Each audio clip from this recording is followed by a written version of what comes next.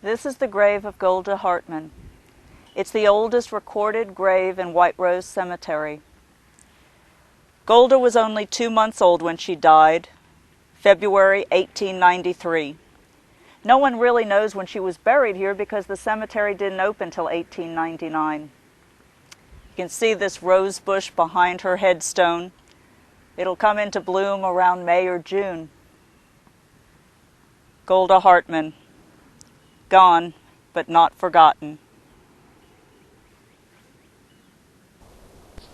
And here's the grave of Henry Wells, an old-time outlaw and bank robber who had a hideout in the eastern Osage Hills.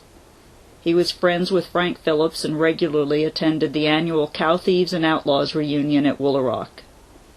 Henry Wells was a familiar sight in Bartlesville with his handlebar mustache, and in fact you all may remember our interview with Jan McLeod back on show number 2 when Jan told us about meeting the old outlaw at his family's hotel. Henry Wells, the old bank robber, stayed at the hotel. I asked Henry one time as a little boy, this was in the Reader's Roundtable several years ago, and Granddad told me he was one of the authentic fast draw men, like you see in the old westerns. You all know that most of that's made up. They didn't stand out 30 feet apart and draw on each other. On the count of 3, they'd shoot each other in the back with a rifle from across the street or shotgun you.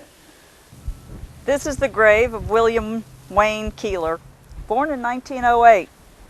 He was chief of the Cherokee Nation from 1949 to 1975, and also president and CEO of Phillips Petroleum. Go down to the corner of Keeler Avenue and Frank Phillips Boulevard, and you'll see the site of the first murder in the new state of Oklahoma on November 16, 1907. It was less than 12 hours after Oklahoma became a state. Deputy U.S. Marshals George Williams and Fred Keeler entered an Uno joint owned by Ernest Lewis, a man who had been in extensive trouble with the law and had several run-ins with Marshal Keeler. Selling Uno, although it was a near beer, was illegal. Lewis was standing at the opposite end of the bar when he saw Williams and Keeler. Pushing his bartender aside, stating there was going to be some shooting and he'd better get out of the way, Lewis pulled his gun and started shooting at the two marshals. Keeler and Williams, being armed, returned fire. Keeler emptied his weapon and stepped outside to reload. Then Williams walked outside and fell to the ground. He had been shot by Ernest Lewis, with the bullet entering under his right arm, passing through both lungs and nicking the heart. Lewis was killed by Marshal Keeler only moments later. Lewis's widow, Julia, went on to marry another bad man notorious around these parts, Emmett Dalton, a member of the Dalton gang. But that's another story.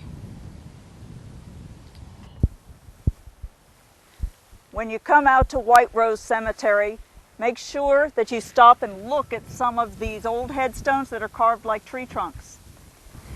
These mark the graves of employees of Woodmen of America. It's an insurance company that started back in 1883, and this was one of the benefits for their employees. You notice this inscription: "They have gone to that country from whose bourne no travelers return."